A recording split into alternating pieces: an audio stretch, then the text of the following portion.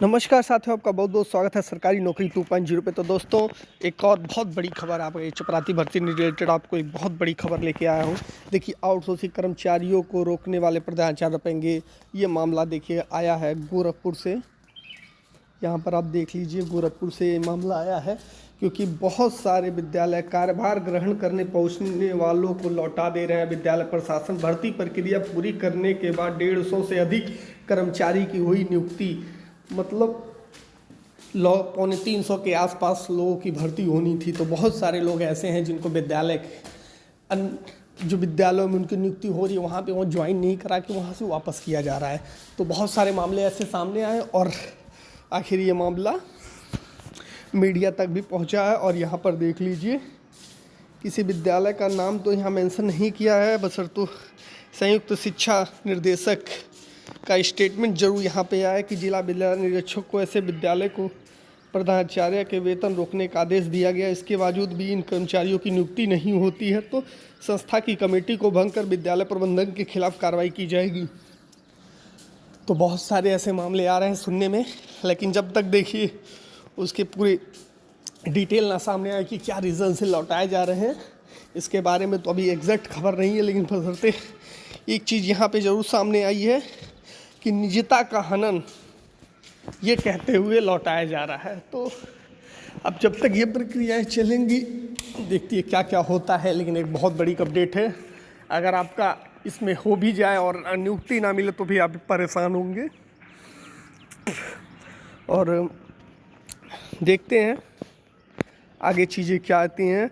ये एक बहुत बड़ी अपडेट आई है और जो लोग अभी इंतज़ार कर रहे हैं, जिन जिलों में अभी तक नहीं हुई है, वहाँ कुछ ना कुछ पेश फंसा है।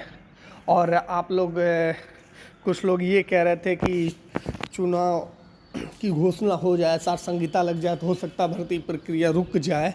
लेकिन जिन जिन जिलों में ये प्रोसेस चल रहा है, पहले चरण की भर्ती हो चुकी है या दूसरे चरण में चल रही है, उन जिलों में भर्ती अपने सुचारू रूप से चलती रहेगी। चुनाव आयोग से उसे कोई प्रभाव पड़ने वाला नहीं है, क्योंकि ये भर्ती प्रक्रिया जहाँ पे अभी तक शुरू नहीं हुआ वहाँ के लिए थोड़ी सी समस्या हो सकती है। चलते हैं बच के अपने अगली अपडेट की तरफ। यहाँ पर देखिए, 69,000 सहायक शिक्षक भर्ती में लागू नहीं होगा EWS का आरक्षण।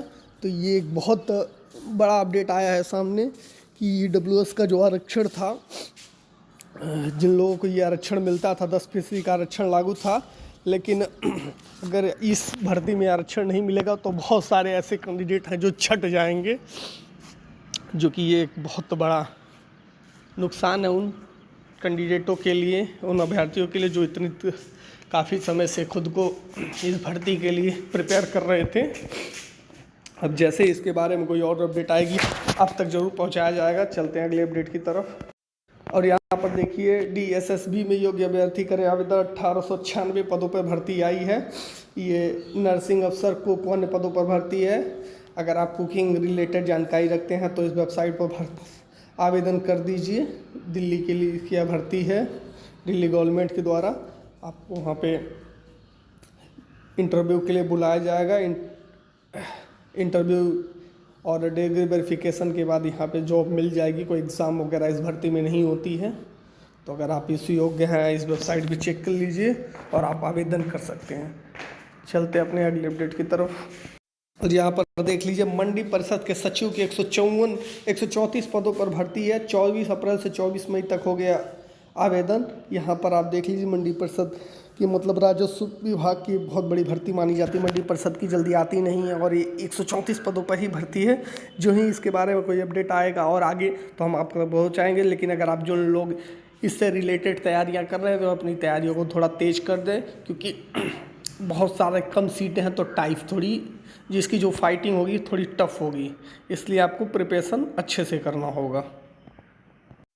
और यहाँ पर देखिए, राजकुमार जी हैं जिन्होंने कमेंट किया था, सर जी एडेड माध्यमिक इंटर कॉलेज में चपरासी भर्ती आएगी या नहीं आएगी, तो कब किस आधार पर होगी भर्ती। तो सबसे पहले मैं राजकुमार जी को मैं बता देना चाहूँगा, इंटर कॉलेज चपरासी जो सरकारी चपरासी भर्ती कि अभी बहुत सारी उम्मीदें कम हो चुकी हैं जिस प्रक्रिया से ये चल रही है। अब मान के चलिए कि सरकारी की भर्ती के चांसेस बहुत कम हो गए, 10% ही उम्मीद बची है कि होगी, क्योंकि बहुत सारे कॉलेजों में आउटसोर्सिंग के माध्यम से भर्ती हो चुकी है। तो आउटसोर्सिंग भर्ती हो चुकी, हो सकता है आगे चल के इनको फिर संविदा किया जाए, फिर सरकारी कर दिया जाए, ये प्रोसेस हो सकता है। लेकिन अब जो डायरेक्ट भर्ती की जो है वो मुश्किल है, और जो अभी क्या प्रक्रिया आएगी इसके बारे में तो कह पाना मुश्किल है। लेकिन जो आपने ये चीज़ पूछा है, जो आपने ये चीज़ पूछा है किस आधार पे होगी, तो जो पहले का आधार है मैं वो बताता हूँ। पहले के आधार में सबको आवेदन मंगाए जाते थे, पहले ऑफलाइन आवेदन होता था। पहले के टाइम पे जो पहले काफ़ी टाइम से भर्ती हुई नहीं, जो पहले होती थी वो प्रक्रिया मैं बता देता हूँ। पहले सबसे आवेदन पहले पेपर में गज़ट कराया जाता था जिन विद्यालयों में जगह खाली होती थी, और उन गज़ट के अनुसार अभ्यर्थी फॉर्म भरते थे, और फॉर्म भर के बाई पोस्ट विद्यालय पे आता था। विद्यालय उन फॉर्म को रीड करता था, उसमें कुछ फॉर्म को जिनको वो वैध लगता था, मतलब ऑलमोस्ट आप मान के चलिए अगर 100 फार्म है तो उसमें 90 लोगों को विद्यालय बुलाना ही पड़ता था इंटरव्यू के आधार पे। वो फिर उसके बाद उनको डॉक्यूमेंट देखा था, तो उस डॉक्यूमेंट में कुछ लोग छट जाते थे, फिर डॉक्यूमेंट छटने के बाद फिर इंटरव्यू का प्रोसेस होता था, फिर इंटरव्यू में कुछ छट जाते थे, लास्ट में वही लोग को सिलेक्शन होता था जिनको वो योग्य पाए जाते थे। और आप जानते ही चपरासी भर्ती में जो पहले होते थे बहुत ज़्यादा क्वालिफ़िकेशन नहीं मांगा जाता था, 8 पास पे भी हो जाता था, लेकिन उसमें जो हाई क्वालिफ़िकेशन रखने वाले वो लोग होते थे जो इंटर ग्रेजुएशन किए रहते थे, तो ज़्यादातर विद्यालय उनको प्रेफर करता था, क्योंकि विद्यालय का काम एजुकेशन से जुड़ा हुआ है, शिक्षा से जुड़ा हुआ है, इसलिए वो लोग शिक्षित लोगों को ज़्यादा रखते थे, क्योंकि उनसे काफ़ी सारे काम ले सकते थे भविष्य में।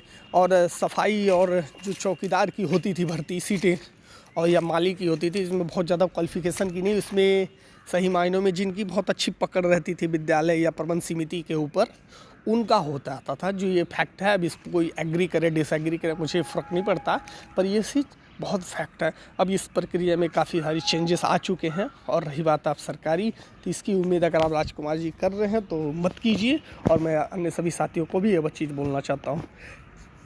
और ऐसे ही कुछ अगर और अपडेट आएगा तो आप तक ज़रूर वीडियो के माध्यम से पहुँचेगी। वीडियो रेगुलर नहीं आ पा रही है, ये बार बार मैं इस चीज़ को एक्सेप्ट कर रहा हूँ, क्योंकि कुछ प्रॉब्लम ऐसी हैं जिन कारण मैं वीडियो कंटिन्यू नहीं कर पा रहा हूँ।